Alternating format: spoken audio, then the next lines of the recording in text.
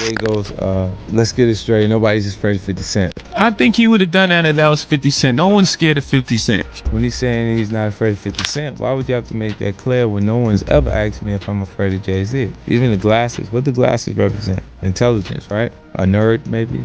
4 hours. What are some of the things that come along with you being a nerd? Like, don't hit a guy with 4 hours. He doesn't want any trouble. Makes you more approachable, doesn't it? There ain't never been no 50 Cent Jay-Z conversation. On Question. where's Jay at? He's mad quiet. Like while the Puffy thing was going on. But it's obvious now that his team was being made aware that he was in those allegations also. 50 Cent is currently facing claims that he overstepped every boundary in hip-hop by targeting Jay-Z's wife, revealing his private business moves, and escalating a friendly rivalry into a full-scale conflict that put the whole industry on edge. Beneath Jay-Z's image as a refined mogul, there was a deliberate strategy to block 50 Cent from reaching the highest levels of the entertainment world. Once 50 realized this, things took a turn for the worse. The startling reality behind how these two Queens-born hustlers became bitter rivals is far more calculated and sinister than most people realize. We are about to break it all down for you. From street-level diss tracks to high-level corporate sabotage, from Super Bowl tension to claims that will leave you stunned. Yo, what's up everyone? We're diving deep into the industry politics and street drama that has been rocking the hip-hop world for over 20 years. This isn't just a standard feud. This is a game of high stakes, chess, and power moves between two kings competing for a single throne. Now, before we jump into this wild story, let me keep it real with you. People have been talking about Jay-Z and 50 Cent for years, but many assume it's just healthy competition or ancient history. However, we're going to separate fact from fiction and the truth from the hype, because this rivalry has layers that run much deeper than just lyrical battles. 1999 was the year that shifted everything. 50 Cent was a hungry, independent rapper from South Jamaica, Queens, with 36 tracks that no label wanted to touch. Jay-Z, meanwhile, was already 3 albums in, a household name, and busy constructing his empire. But 50 had to plan a ruthless marketing tactic designed to get his name into every conversation in the industry, whether people liked it or not. Now, don't think for a second that this was just lighthearted fun. What 50 did next was incredibly brave, risky, and brilliant. He released How to Rob, a song where he joked about robbing every major star in music. Naturally, Jay-Z made that list. The lyrics touched on Jay making millions and having a lot to lose, while 50 threatened to leave marks in his Bentley. That is some incredibly bold energy. So, check it out. In April 1999, 50 dropped How to Rob, and the industry was stunned. This unknown kid from Queens called out DMX, Big Pun, Master P, Diddy, and Jay-Z all at once. The track went viral. Major DJs like Funkmaster Flex were playing it over 600 times a week on Hot 97. Suddenly, Curtis Jackson was the talk of the town. In the world of hip-hop, you can't just name-drop people without expecting some push. While many artists just laughed it off or stayed silent, Jay-Z decided he wasn't going to let it slide, and his reaction defined the next 25 years of their relationship. At Summer Jam 1999, Jay-Z took the stage at one of the culture's biggest events and dropped a freestyle featuring the now iconic line, asking what a 50 cent even was compared to $1. The audience went wild.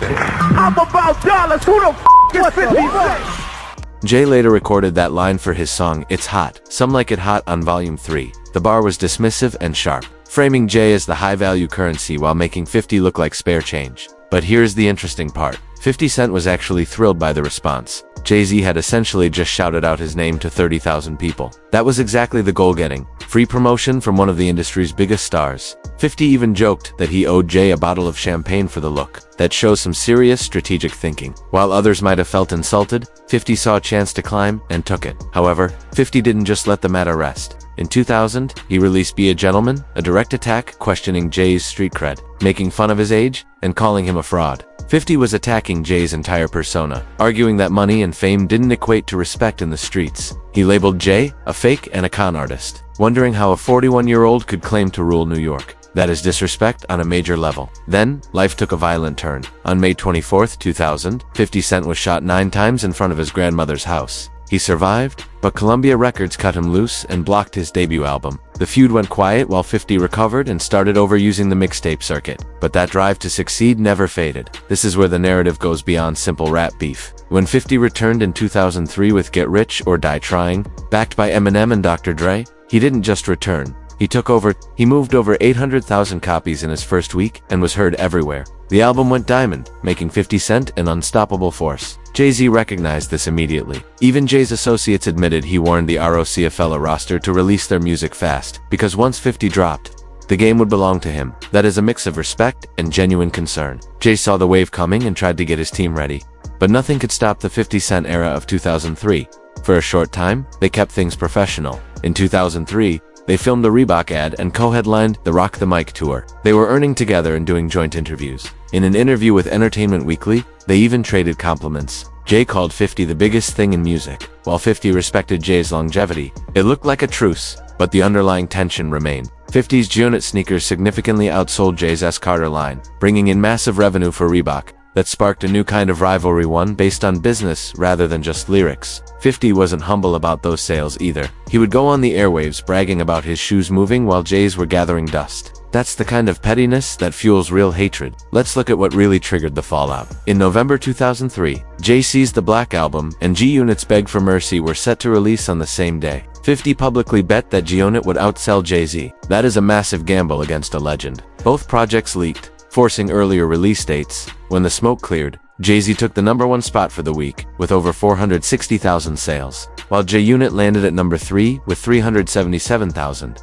Jay won the initial round, but the twist is that in the long run, the G-Unit album moved 6 million units globally, while Jay's moved 4 million. So, who actually came out on top? Fast forward to 2007, and the famous Kanye West vs 50 Cent sales battle. Both dropped albums on the same day. Graduation vs. Curtis looked like a battle between two artists. But 50 claims it was actually Jay-Z, using Kanye as a tool to take him down. Jay was the president of Def Jam at the time, Kanye's label. 50 alleges Jay did everything possible to ensure Kanye's victory. He told Interscope that he wasn't allowed to bring guests to joint appearances, meaning Eminem stayed away. Yet Jay-Z showed up to perform with Kanye. Jay was using his executive power to pull strings. Kanye won by a large margin, and 50 felt betrayed. In his book, Hustle Harder, Hustle Smarter, 50 wrote that Jay-Z was threatened by his New York dominance and used Kanye to undermine him. That isn't just music. It's using a corporate seat to settle a personal grudge. That's when the rivalry moved from entertainment to something much more serious. Then came the moment that shocked everyone. August 22, 2007, at Screamfest in Madison Square Garden,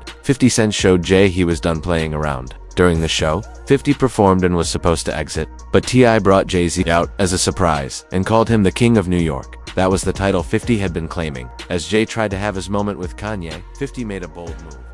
He walked back onto the stage uninvited right in the middle of Jay's performance. If you watch the footage, Jay looks incredibly bothered and surprised. Jay even asked 50 if he really had to come up there. The tension was massive. 50 turned it into a spectacle, bringing out Diddy and Swizz Beatz, but Jay was furious. He wanted a moment with Kanye and 50 hijacked it on purpose. That's the kind of move that causes real problems. But 50 didn't care. He was letting it be known that it was still his city. Later, 50 explained that he saw Jay about to have a moment and decided to ruin it. He knew exactly how to mess with Jay's head by asserting his presence. But things turned even more hostile in 2022 during the Super Bowl halftime show. 50 claims Jay-Z crossed a line he couldn't ignore. According to 50, Jay-Z, who manages the halftime show via ROC Nation, tried to prevent 50 from performing. Dr. Dre wanted him included, but Jay allegedly told Dre he didn't want 50 on that stage. Think about that for a second. Jay-Z allegedly using his NFL deal to block a fellow artist from the world's biggest stage. That is no longer about rap, it is about sabotage. 50 was furious when he found out.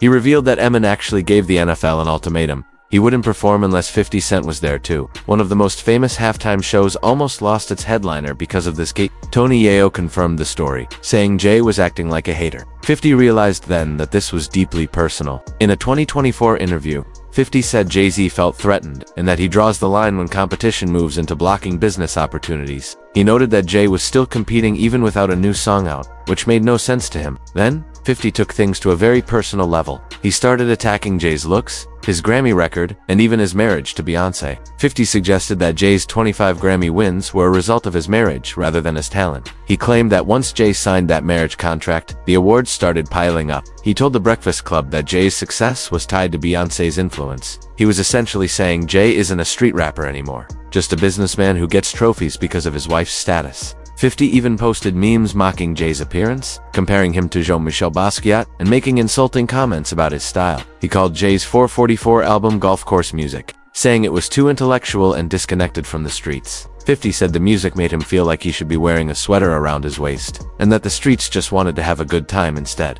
Now, we have to talk about the craziest part of the story. 50 Cent claimed that Beyonce herself confronted him about the beef. According to 50, they were at an event in Vegas where Beyonce was sitting on a windowsill. When she heard 50 talking to Jay, she jumped down and approached him as if she was ready to fight. 50 described her jumping down and coming at him. Well, he told her to stay out of it since it was between him and Jay. That is some serious loyalty. Beyonce was ready to step up for her husband. 50 was stunned because he felt the issue was strictly between men. But that shows how deep this goes. It involves families, legacies, and massive corporations. 50 even joked that Jay had breasts because his wife was doing the fighting for him. In hip-hop culture, having a woman defend you is seen as a sign of weakness. And 50 used that story to paint Jay as someone who hides behind others. To understand this beef, you have to see the different philosophies at play. 50 Cent is a gladiator, aggressive, public, and direct. He built his brand on being an open book. If he hates you, the whole world knows via Instagram or interviews. His power comes from being fearless and transparent. Jay-Z, however, is like an emperor. He is quiet and moves behind the scenes, letting lawyers and corporate structures handle his business. He rarely speaks out. His power lies in control and silence. 50 has often called Jay a punk, claiming he always puts others in front of him to fight. Whether it was Beanie Sigel or True Life, 50 argues Jay never competes directly. He uses proxies and corporate influence instead. Beyond the music, 50's most serious claims are about Jay's character. He has accused Jay of using his power to block others and abandoning friends like Dame Dash or Beanie Sigel once they were no longer useful. 50 pointed out that Jay distanced himself from people like Supreme McGriff when legal issues arose. He argues that Jay's talk about family is just a marketing tactic and that his loyalty is non-existent. 50 even mentioned Jay releasing music on the same day as Nas, years later, just to ruin his sales. It's petty and calculated. Ultimately, this isn't just about two rappers who dislike each other. It's about power and what happens when street mentalities meet corporate boardrooms. It's two different paths to the top, one loud and one quiet. So, who is actually winning? Jay has the awards and the NFL deals, but 50 has the streets and the freedom to say whatever he wants. Jay moves in the shadows, while 50 thrives in the noise. This 20-year war shows no signs of ending. As long as 50 has a phone and Jay has power, the shots will keep firing. Neither has fallen, and perhaps they need this rivalry to stay sharp. What do you think about this historic beef? Who is in the right, Jay's business strategy, or 50's raw honesty? Is 50 going too far with the Beyonce comments? Let us know in the comments and watch the other videos on your screen for more hip-hop history. I'm out for now. Peace.